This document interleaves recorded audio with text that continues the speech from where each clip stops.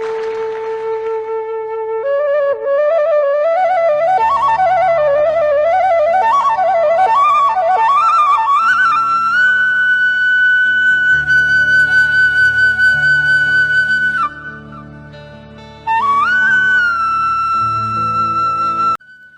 के अवतार शासनपति समण भगवान महावीर स्वामी को भावपूर्ण वंदन नमन। सभी चरित्र आत्माओं को वंदन नमन। गणतंत्र दिवस की आप सभी को हार्दिक शुभकामनाएं। जय Hind. Shri all India Shwetambar Sthanakvasi Jain conference के राष्ट्रीय अध्यक्षा के रूप में आग्रह कर अनुरोध करती हूँ कि देश इस समय आजादी का अमृत महोत्सव मना रहा है। हिंदुस्तान के 73वें गणतंत्र दिवस पर हम सभी अत्यंत गौरवान्वित महसूस कर रहे हैं। 26 जनवरी 1950 का वह दिन जब हमारा देश गणतंत्र घोषित हुआ। किसी भी देश सरकार को चलाने के लिए संविधान की आवश्यकता होती है। बिना संविधान के देश की आजादी कोई मान्यता नहीं रखती। संविधान निर्मात्री सभा ने आज ही के दिन संविधान को लागू किया। हमारा संविधान संसार का सबसे बड़ा लिखित संविधान है। इसमें पंचशील के सिद्धांतों को अपनाया है।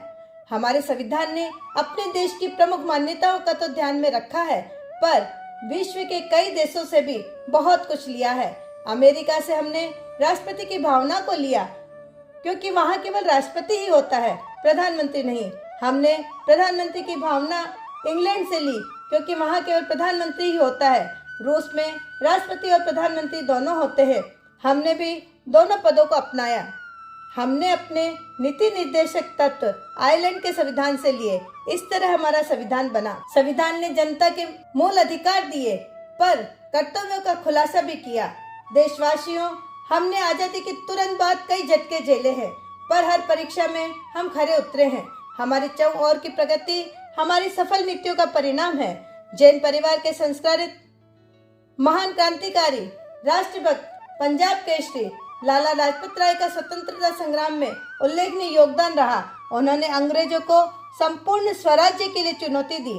संविधान निर्माण में सन 1920 के दशक में महत्वपूर्ण भूमिका निभाई।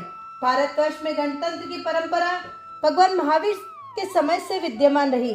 प्राकृत भाषा में जैन ग्रंथों में इसके प्रणाम एवं उल्लेख मिलते हैं। भगवान महावीर के मामा चेतक उस गणतंत्र के प्रधान शासक थे। 18 गणराज्य उनके अनुशासन में थे। शासक और आचार्य गणधर कहलाते थे। भगवान महावीर के अहिंसा एवं अनेकांत जैसे सिद्धांतों ने तत्कालीन गणतंत्र को स्थायी प्रतिष्ठा दी।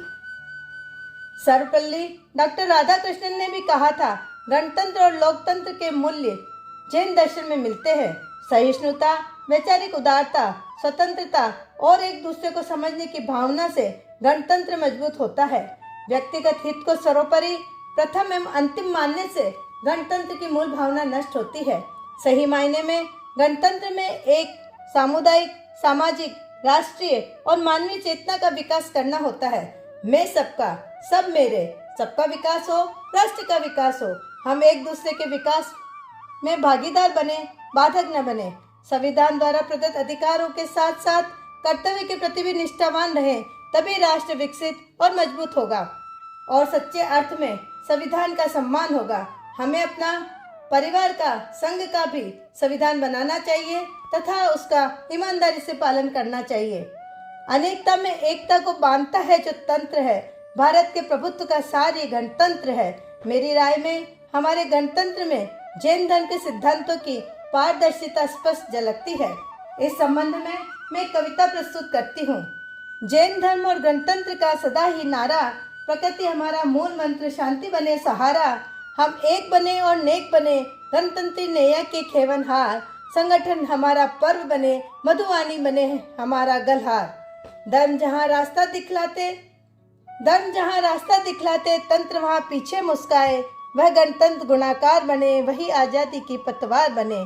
जैन धर्म और गणतंत्र का सदा एक ही नारा, प्रकृति बने मील का पत्थर, शांति बने सहारा, शांति बने सहारा। जय हिंद। धन्यवाद।